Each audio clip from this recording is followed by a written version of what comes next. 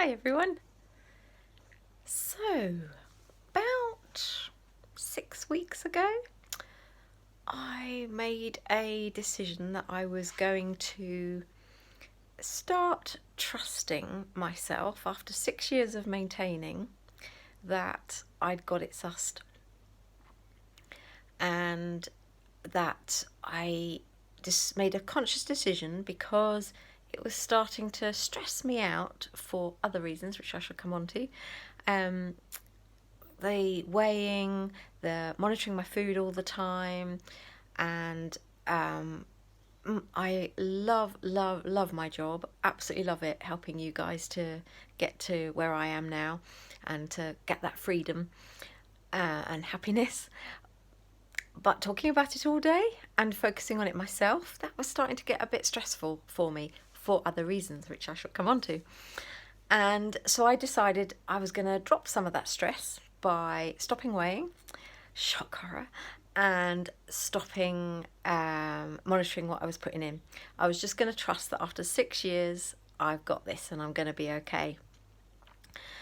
It was probably the very, very worst time to actually decide to do that because we then had several of my birthday meals out, and then taking Ollie back to uni, we had a meal out then, and then we had our holiday in Venice, and then we had a week in the Peak District with friends and family, and pub meals out, and lots of wine and cocktails.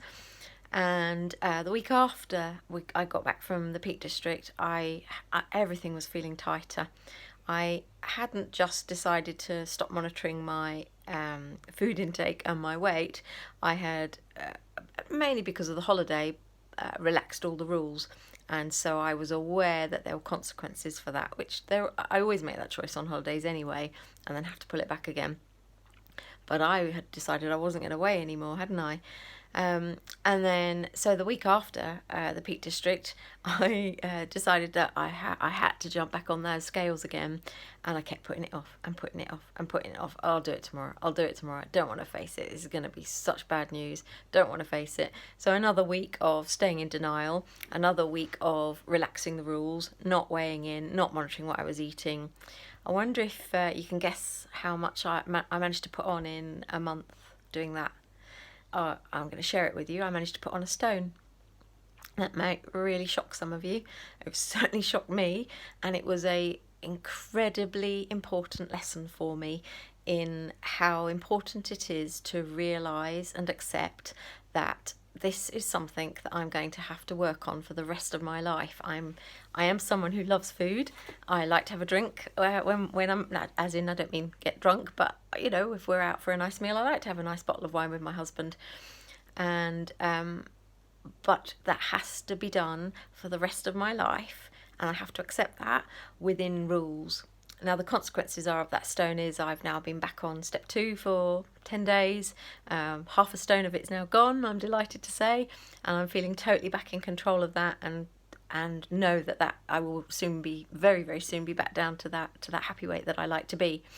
I'm very glad I never ever went out of a healthy BMI, because I keep my BMI purposefully low because that feels safe. So at all times I've been a healthy BMI, but I wasn't where I want to be, and it's not my happy weight. So something needed to be done about that. So I said at the beginning, it was all stressing me out, and what was that? I decided to stop doing these things because I was getting very stressed about it all, which is an odd thing to say after 6 years of maintaining now. And I gave it an awful lot of thought, and I realised after some NLP work that I was doing that I have been running what I call a running away from mindset with regards to my weight. I have always set out to not get back to being 7.5 stone again, because that was horrific and awful and felt dreadful, and I hated that time, and I definitely didn't want to go back to that. And that mindset of constantly avoiding that pain was a very stressful mindset to be in, and after 6 years I had just got sick of it. But I suspect some of you are thinking, well, what are you meant to do? Because of course I don't want to go back to 7.5 stone. And what I've done is instead I have switched my thinking from, instead of avoiding the pain of putting all the weight back on again and that running away from mindset, I've switched it to, well, what do I want? What is it that I want out of my, for me? What is it I want for me? I want to be happy. I want to be healthy. And I want to wear the clothes that I want to wear and feel confident and all of those positive things that I want. And that is what I'm now focusing on. So the choices I'm going to make in the next, that I have made for the last 2 weeks, and making these choices has made it very easy after the first few days to get back onto step 2, because I want this so much. Of course I do. I want to be confident and happy and healthy. And I'm focusing very much on my want. What is it I want for myself out of my life? Rather than what I'm running away from, what I want to avoid, the discomfort and the pain and all that entailed of being so overweight.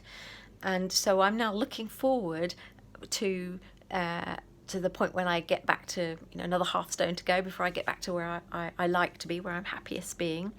And it's also something that I will be able to continue on in my maintenance if I keep on thinking about, but this is what I want. I really want to stay healthy. I really want to stay happy. Then I will find that that stress and that resentment. Why would I be resentful? That won't kick in. Why would I be resentful about staying healthy and staying happy? So I just thought I'd share that all with you, because I'm sure many of you think that, you look at me and think, well, she's been maintaining for 6 years and this is easy peasy. I actually said to my mum recently that maintaining is hard, and I know some people hate to describe it that way, but well, my reality has been that it has been very hard. Now, maybe that's because my mindset was very much on working hard to avoid that pain, and maybe it will feel easier for me embracing the positivity of what I really want rather than what I'm trying to avoid. But I wanted you all to know that I am no different to you, and I totally understand the call of the food. It was so nice to be able to relax my rules. It was so nice to be able to eat what I wanted to eat and drink what I wanted to eat without thinking very much about the consequences. But there were consequences, and I'm now having to pay them.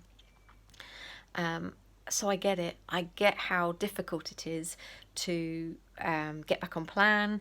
I get how difficult it is to decide to actually start dieting and to have to choose to let go of the food and the drink, which is something that makes us feel really great, doesn't it? But if I didn't let go of it, I'll just end up back on 7.5 stone heavier again. And at the rate I went, I'd be back 7.5 stone on by Christmas, wouldn't I? So yeah, just felt like sharing that with you all. I get it.